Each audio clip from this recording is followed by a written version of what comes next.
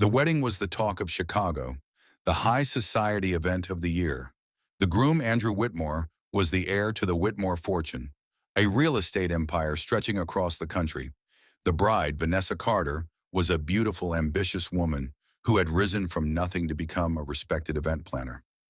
On the surface, it was a love story worthy of a fairy tale. But beneath the glamour, there was a secret, a deadly one. 3 months before the wedding, Vanessa had sat across from a powerful man in an upscale hotel suite. That man was Richard Whitmore, Andrew's father. The 60-year-old billionaire had a presence that could intimidate anyone. But Vanessa wasn't just anyone. She had spent 3 years as his mistress. "This wedding cannot happen," Richard had said, his voice calm but cold. Vanessa had crossed her legs and smirked. "I love Andrew. He loves me. That's all that matters." Richard leaned forward, his piercing blue eyes narrowing. "You know me well enough to understand what I'm capable of." She had laughed then, dismissing him as an overprotective father who couldn't stand losing control. But Richard wasn't just an overprotective father. He was a man who had built his empire with ruthless precision, cutting down anyone who threatened what was his. Now, just 3 weeks after the wedding, Vanessa was dead. Her body was discovered in the penthouse apartment she shared with Andrew, lying on their marble bathroom floor. The cause of death, strangulation. There were no signs of forced entry, no stolen valuables, nothing to suggest a random attack.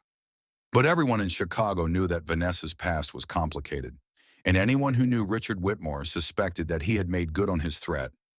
The police arrived at the scene within minutes of Andrew's frantic 911 call. Detective Michael Reynolds, a seasoned investigator with over 20 years in homicide, took one look at the crime scene and knew this was no ordinary murder. He watched as Andrew sat on the couch, his hands shaking, eyes red from crying. "I found her like that," Andrew whispered. I don't know who would do this. Detective Reynolds did, or at least he had a very strong suspicion. But proving it? That was another story. As he surveyed the apartment, noting the untouched wedding photos, the expensive jewelry still on Vanessa's dressing table, and the faint scent of her perfume in the air, Reynolds knew one thing. This wasn't just about love. This was about power, revenge, and a secret that someone had killed to keep. And he was going to uncover every piece of it. Detective Michael Reynolds had been working homicide for over 2 decades. And if there was one thing he had learned, it was that rich men like Richard Whitmore never got their hands dirty. If he was behind Vanessa Carter's murder, there would be layers of deception, hired hands, and carefully planted alibis. But Reynolds had cracked tougher cases before. Standing in Vanessa's penthouse, he examined the scene again. Her body had been found in the master bathroom. No sign of a struggle, no forced entry. That meant one of two things. She had known her killer, or the killer had been let in without suspicion. Andrew Whitmore was still seated on the couch, gripping a glass of water, his entire body trembling. "Tell me everything about last night," Reynolds said, keeping his voice calm but firm. Andrew took a shaky breath. "Vanessa had an event to attend, a charity gala. I was supposed to go with her, but I had a last-minute business meeting. She got home late, probably around midnight. I was already in bed. This morning I woke up and—" He exhaled sharply, closing his eyes. "I found her like that." Reynolds nodded. "Did she seem upset recently? Any problems between you two?" Andrew wiped his face. "We were happy. She had a lot of pressure from work, but nothing serious." Reynolds wasn't convinced. A woman strangled in her own home without any sign of a break-in? That wasn't random violence. It was personal. Did Vanessa have any enemies? Andrew hesitated. His eyes flickered toward the detective before looking away. "My father, he wasn't happy about our marriage. There it was." Reynolds took out his notepad. "Did he ever threaten Vanessa?" Andrew's throat tightened. "He didn't approve of her. He told me she wasn't the right kind of woman for me." His voice cracked. "But no, he wouldn't do something like this. He's controlling, but he wouldn't." Reynolds wasn't so sure. He walked over to the large window, overlooking downtown Chicago. The city stretched out before him, but his mind was on the man whose name had come up too soon. Richard Whitmore. The billionaire real estate mogul was known for being ruthless in business, feared by competitors, and respected in elite circles. He had built his empire from the ground up, making enemies along the way.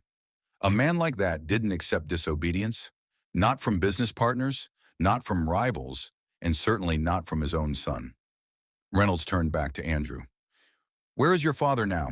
"He's at his estate in Lake Forest," Andrew said. "He has a private security team. You'll need an appointment to see him." Reynolds smirked.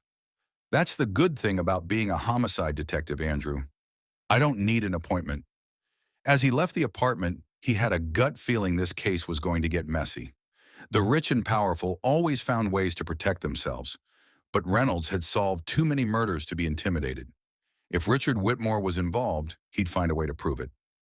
Detective Michael Reynolds drove out to Lake Forest, where Richard Whitmore's estate sat behind towering iron gates. The Whitmore name carried power, and power came with privilege. Long driveways, private security, and the kind of money that kept people untouchable. But Reynolds wasn't here to admire the luxury. He was here for answers. At the gate, a uniformed security guard stopped him. "Detective Reynolds, Chicago PD," he said, flashing his badge. "I need to speak with Mr. Whitmore." The guard didn't move. "Mr. Whitmore doesn't take unannounced visits." Reynolds let out a slow breath. "Then let me announce it for you. Vanessa Carter was murdered last night. I assume Mr. Whitmore knows who she is?" The guard's face twitched. He hesitated, then spoke into a radio. A moment later, the gates slowly opened. Reynolds walked up the long pathway to the mansion's entrance, where a butler led him into a grand study. Floor-to-ceiling windows overlooked a perfectly manicured lawn, and expensive whiskey bottles lined the shelves behind the massive oak desk. Richard Whitmore sat in a leather chair, his fingers steepled together. He was in his early 60s, but years of calculated decisions had aged him with an air of authority rather than weakness. His piercing blue eyes studied Reynolds like an opponent across a chessboard. "I assume you have questions," Richard said. Reynolds pulled out his notepad. "Where were you last night between 10 p.m. and 6 a.m.? A faint smirk played at the corner of Richard's lips. "Is this an interrogation, detective?" Reynolds met his gaze without blinking. "A woman is dead. I don't have time for games." Richard leaned back in his chair, exhaling as if he found the whole thing exhausting. "I was here. I had dinner with my legal advisor, then retired to bed around 11. My security team can confirm it. And before you ask, there are cameras all over this estate. You'll find I never left." Reynolds made a note. Alibis like this weren't surprising. A man like Whitmore wouldn't be foolish enough to kill someone himself. "Tell me about Vanessa Carter," Reynolds continued. "You didn't approve of her relationship with your son." Richard's jaw tightened slightly. "That's no secret. Andrew's my only child. He's meant to carry on the family legacy. Vanessa was not the right woman for him." "Why not?" Richard's fingers tapped against the desk. "She was ambitious. Too ambitious. I did my research. She had a past, one she conveniently never mentioned to my son." Reynolds raised an eyebrow. "You mean the fact that she was your mistress?" For the first time, Richard's expression changed. His lips pressed into a thin line. "I see the rumors have reached you. They're not rumors, are they?" Richard sighed, standing up and walking to the window. "I won't deny it. There was something between us years ago, but it was nothing serious. Serious enough for you to warn her to stay away from Andrew." Richard turned back to him. "I didn't warn her. I advised her, and she didn't listen." Reynolds studied the older man's face. There was no grief, no sorrow, only cold detachment. "So you're telling me you had no problem with the woman you once slept with marrying your son?" Richard's expression darkened. "What are you insinuating, detective?" Reynolds shrugged. "You tell me." A tense silence filled the room. Then Richard chuckled. "You think I killed her?" "I think you had a motive," Reynolds replied. "You wanted her gone. She ended up dead. Seems like a fair question." Richard walked back to his desk, picking up a crystal glass of whiskey. "Let me make something clear, Detective Reynolds. I don't like being questioned about matters that don't concern me, but I'll indulge you this once." He took a sip, before setting the glass down. "Vanessa Carter was a mistake, one I corrected the moment she latched onto my son. But murder? That's beneath me." Reynolds leaned forward slightly. We'll see about that. He turned to leave, but Richard's voice stopped him. You're wasting your time, detective. Whoever killed Vanessa, it wasn't me. Reynolds walked out, knowing two things. Richard Whitmore was lying about something. If he didn't kill Vanessa himself, he had made sure someone else did. Detective Michael Reynolds drove back to the precinct, his mind racing. Richard Whitmore had an alibi. The security footage would likely prove he never left his estate. But that didn't clear him. Not by a long shot. A man like Richard didn't get blood on his hands. He paid people to do it for him. Back at his desk, Reynolds spread out Vanessa Carter's case file. There were no signs of forced entry at the penthouse. No stolen valuables. The crime scene was clean. Too clean. The killer had been careful, almost professional. His partner, Detective Sarah Lawson, walked in with a coffee in one hand and a folder in the other. Forensics just came in, she said, tossing the file onto his desk. Reynolds flipped it open.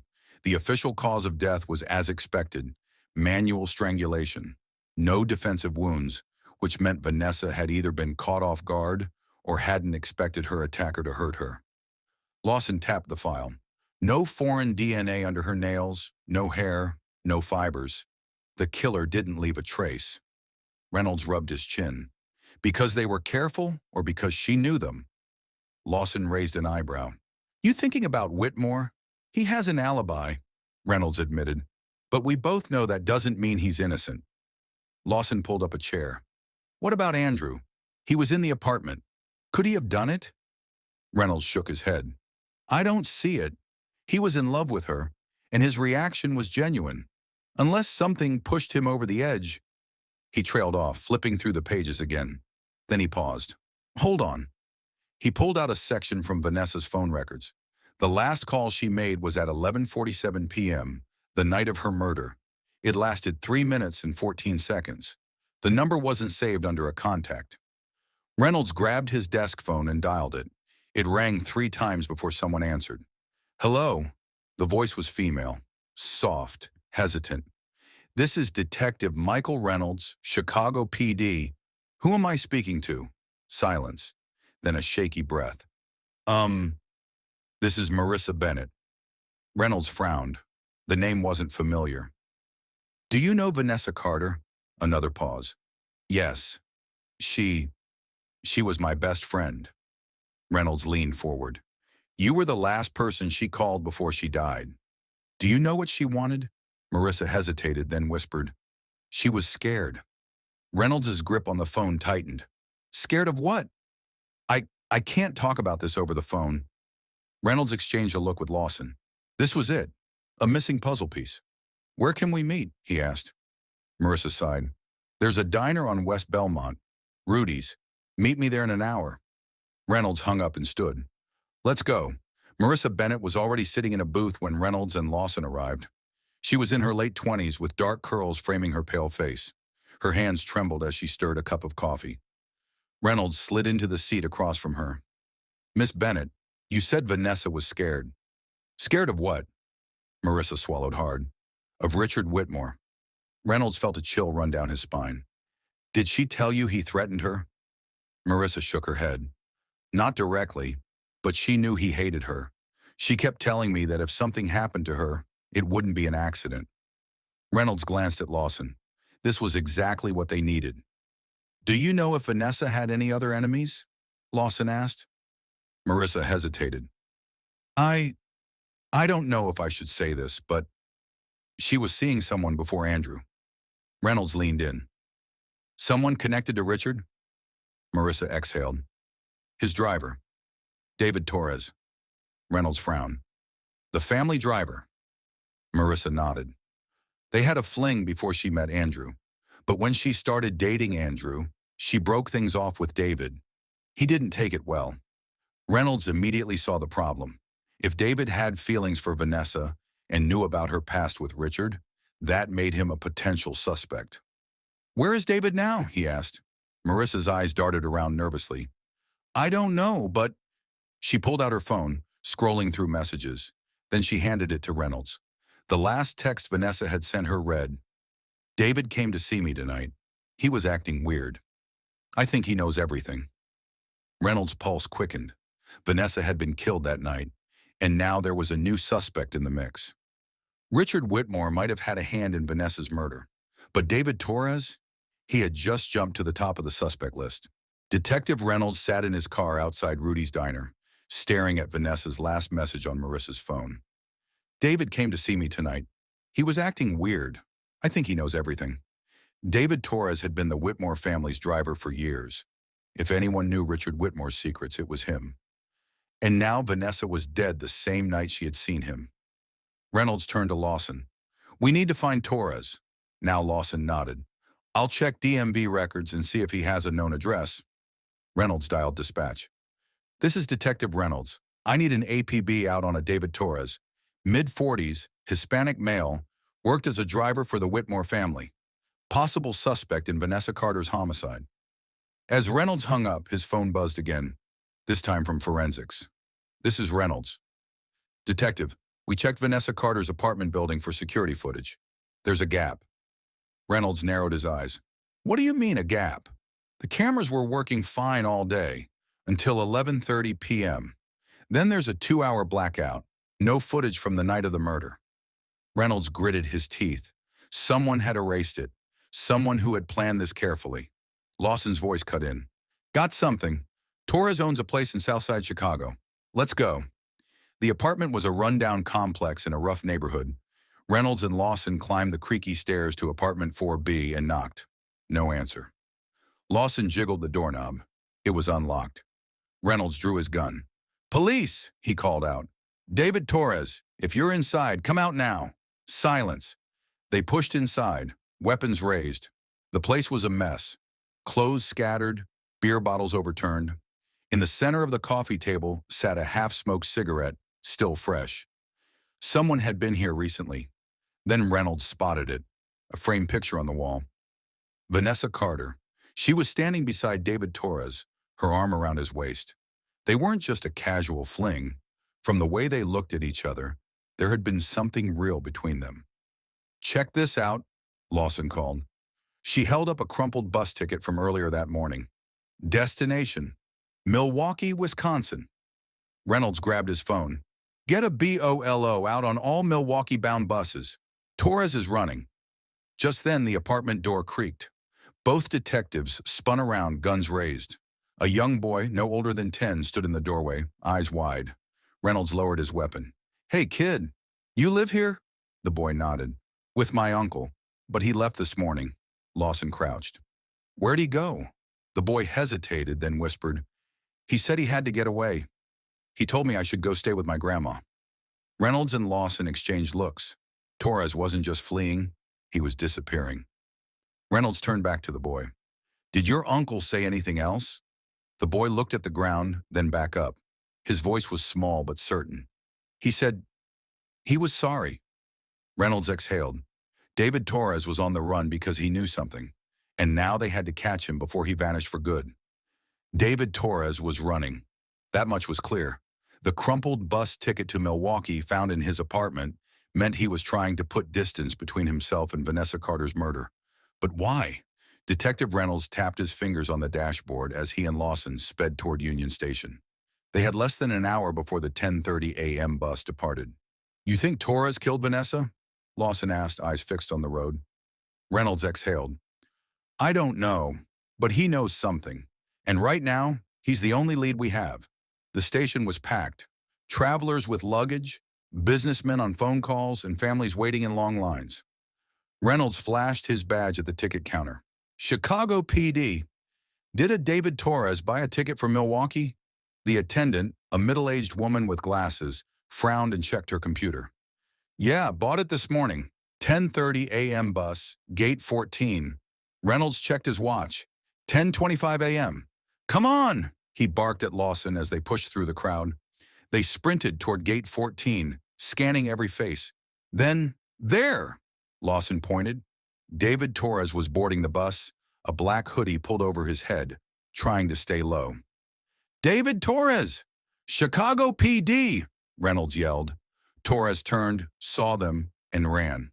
He shoved past passengers, knocking over a woman's suitcase. Reynolds and Lawson chased after him, dodging bodies and luggage. Torres bolted through a side exit out into the street. He nearly got hit by a taxi as he sprinted across the road. Reynolds followed, his heart pounding. Torres, stop! Torres didn't listen.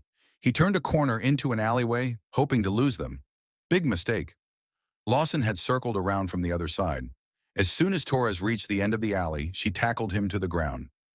Gotcha, she panted, pinning him down. Reynolds ran up, cuffing Torres' wrists. You're done running. Torres struggled. I didn't kill her, man. I swear. Reynolds pulled him up. Then start talking. Torres sat at the table, his hands shaking. A cold cup of coffee sat untouched in front of him. Reynolds and Lawson stood across from him, watching. I love Vanessa, Torres whispered. I'd never hurt her.